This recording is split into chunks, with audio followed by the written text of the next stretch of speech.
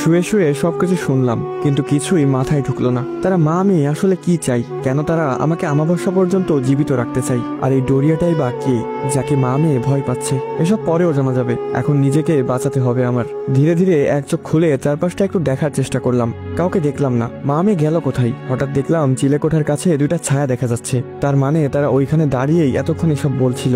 এখন ছাদ থেকে লাফ দেওয়া ছাড়া আর কোনো উপায় নেই। 3 তলা থেকে লাফ দিলে অন্তত মরবো না, বড় জোর হাত পা ভাঙবে। মনে মনে 1 2 3 বলে সোজা দৌড় দিয়ে ঝাঁপ দিলাম ছাদ থেকে। প্রায় 2 মিনিট আলুর বস্তার মতো নিচেই পড়ে রইলাম। আমার সবকিছু যেন ঝাপসা হয়ে আসছে, মাথাটা ভন ভন করে ঘুরছে। একটু স্বাভাবিক হওয়ার পর বুঝতে পারলাম হাত নাড়াতে পারছি না, হয়তো ভেঙে গিয়েছে। কিন্তু এখন আমাকে এই জায়গা থেকে যেতে হবে। অনেক কষ্টে উঠে খুঁড়িয়ে খুঁড়িয়ে দৌড় দিলাম। হঠাৎ একটা দমকা হাওয়া এসে আমাকে দূরে ছিটকে ফেলে দিল। আমার চোখ গেল ছাদের দিকে। রিশফা হাওয়ায় ভেসে আছে, মাথা উপরের দিকে দিয়ে। চোখের পলকে রিশফা একদম আমার কাছে চলে আসলো। সুচালো দাঁতগুলো বের করে বলল, শুধু শুধু নিজেকে ক্লান্ত কেন করছেন স্যার? আপনি গোলকধাঁধা থেকে বের হতে পারবেন না। আমি অনেক কষ্টে উঠে দাঁড়িয়ে সামান্য হাসি দিয়ে বললাম, আমাকে তুমি সাইকো বলেছিলে না তখন? সাইকোদের মৃত্যুর ভয় দেখিয়ে লাভ নেই, আমি তোমার এই গোলকধাঁধা থেকে বের হয়ে দেখাবো। এটা বলে রিশফার ওই ভয়ঙ্কর রূপ উপেক্ষা করে হাঁটা দিলাম। দেখি আমাকে কে আটকায়। হিন্দুপাড়া অতিক্রম করার সময় মনে হলো কেউ আমার পিছু নিয়েছে। আমি স্পষ্ট তার উপস্থিতি টের পাচ্ছি। রিশফা হয়তো আমার পিছু নিয়েছে। আরো জোরে হাঁটা দিলাম।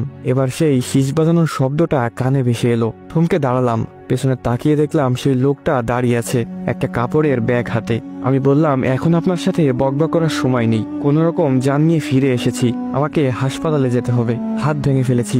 এই বলে উল্টো ঘুরে চলে আসতে যাচ্ছিলাম, তখনই সে আমাকে উদ্দেশ্য করে বলল, রহস্য না জেনেই চলে যাচ্ছিস? চাইলেই কি তুই যেতে পারবি? আমি দাঁড়ালাম তার কথা শুনে। তারপর তাকে জিজ্ঞেস করলাম, আপনি কি জানেন এই রহস্য? কি হচ্ছে ওই বাড়িতে? কে এই রিশফা? লোকটা রাস্তার পাশে গিয়ে একটা গাছের গোড়ায় বসলো। আমাকেও সেখানে বসতে বলল।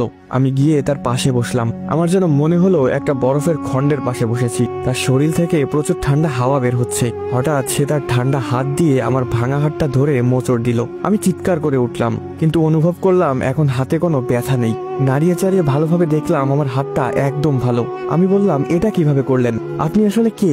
সে কথা এড়িয়ে বলতে শুরু করলো, রিশফা ছিল খুবই সাধারণ একটা মেয়ে, খুব চঞ্চল প্রকৃতির, হাসি খুশি থাকতো সবসময়। প্রতিদিন এদিক দিয়েই স্কুলে যেত এবং স্কুল থেকে সোজা বাসায় চলে আসতো। কোন রকম বাজে আড্ডায় নিজেকে জড়াতো না। কিন্তু হঠাৎ করে একদিন রিশফা নিখোঁজ হয়ে যায়।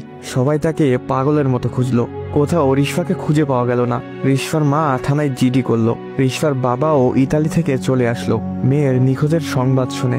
এইটুকু বলে তিনি থামলেন। আমি আগ্রহ নিয়ে জিজ্ঞেস করলাম, তারপর কি হলো? রিশফাকে কিভাবে খুঁজে পাওয়া গেল? তিনি আবার বলতে লাগলেন, 2 দিন কেটে গেল, কিন্তু কেউ রিশফার কোনো খোঁজ দিতে পারলো না। রিশফা নিখোঁজ হয় শনিবার বিকেলে স্কুল থেকে ফেরার সময়। অবশেষে বুধবার রাত 11টা বাজে রিশফাকে খুঁজে পাওয়া গেল, তাদের বিল্ডিং এরই পেছনে। আমি বললাম, কোথায় ছিল রিশফা কয়েকদিন? তারপর কি তাকে জিজ্ঞেস করা হয়নি? লোকটা একটা অদ্ভুত হাসি দিয়ে বলল, মৃত মানুষকে জিজ্ঞেস করে কি উত্তর পাওয়া যাবে? আমি অনেকটা অবাক হয়ে জিজ্ঞেস করলাম, মৃত মানুষ মানে? সেদিন কি রিশফার লাশ পাওয়া গেছিল? হ্যাঁ, হাত পা মুখ বাঁধা অবস্থায় বিল্ডিং এর পেছনের নালার মাঝে রিশফার লাশ ভেসে উঠেছিল। পুলিশ এসে লাশ নিয়ে গেল পোস্টম্যাডামের জন্য। রিশফার বাবা আদরের মেয়েকে হারিয়ে হাও মাও করে কেঁদেছিল। রিশফার বাবার কান্না দেখে সেদিন কেউ তার চোখের পানি আটকে রাখতে পারেনি। এত সুন্দর একটা ফুটফুটে মেয়ের এমন রহস্যময় মৃত্যু কেউ মেনে নিতে পারছিল না। কিন্তু রিশফার মা একটুও কাঁদেনি সেদিন। সবাই ভেবেছিল মেয়ের শোকে পাথর হয়ে গিয়েছে। রিশফাকে এনে দাফন কাফন করানো হলো।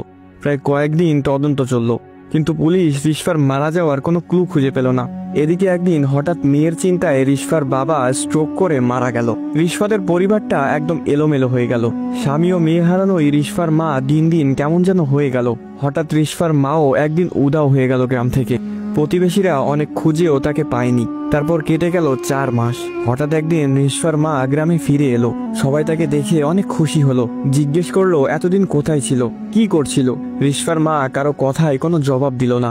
সেই যে এসে বাসায় প্রবেশ করেছে, সেই দিন থেকে আর কোনোদিন সে বাসা থেকে বের হয়নি। প্রতিবেশীরা মাঝে মাঝে তাকে শুধু রাতের বেলায় ছাদে দেখতে পেত। আমি বললাম, রিশফা যদি মারা গিয়ে থাকে তাহলে সে কে, যে এখন রিশফার মায়ের সাথে আছে? আর রিশফার মা এতদিন কোথায় হারিয়ে গিয়েছিল। এবার সে আমার কানের কাছে এসে ফিসফিস করে বলল, ব্ল্যাক ম্যাজিক।